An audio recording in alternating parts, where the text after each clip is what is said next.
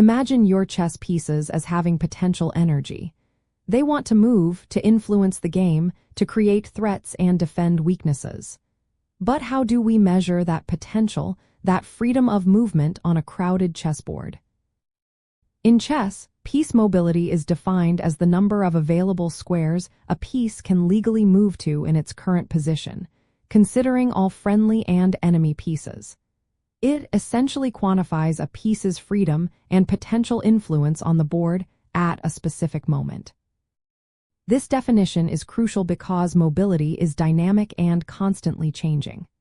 A piece might have many squares open at one moment, but then its mobility can be severely restricted by pawn advances, the placement of other friendly pieces, or the creation of obstacles by your opponent. For instance, a pawn blocking a bishop's diagonal reduces its mobility, just as an enemy knight controlling a key square limits a rook's reach.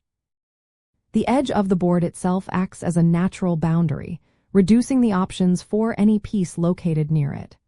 Understanding these limitations helps us evaluate the true strength or weakness of each piece. To gauge piece mobility, simply count the legal squares a piece can move to. A knight on the rim, for example, typically has fewer options than a knight in the center.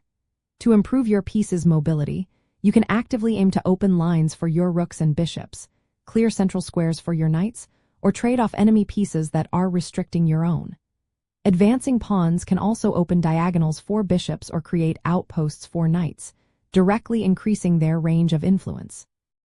Recognizing the difference between a good bishop and a bad bishop often comes down to mobility. A bad bishop is one whose movement is blocked by its own pawns, reducing its effective range, while a good bishop operates on open diagonals. Similarly, a knight that cannot find suitable squares to jump to is often called a restricted knight or a poor knight. These distinctions highlight how deeply mobility impacts a piece's utility. High mobility is not just about moving a piece. It is about giving it options to participate in both attack and defense across a wide area. By focusing on piece mobility, you gain a powerful lens through which to evaluate positions and formulate your strategic plans. Actively striving to maximize your own piece's freedom while simultaneously restricting your opponent's will lead to more active pieces, more tactical opportunities, and ultimately, a much stronger position overall, guiding you toward victory.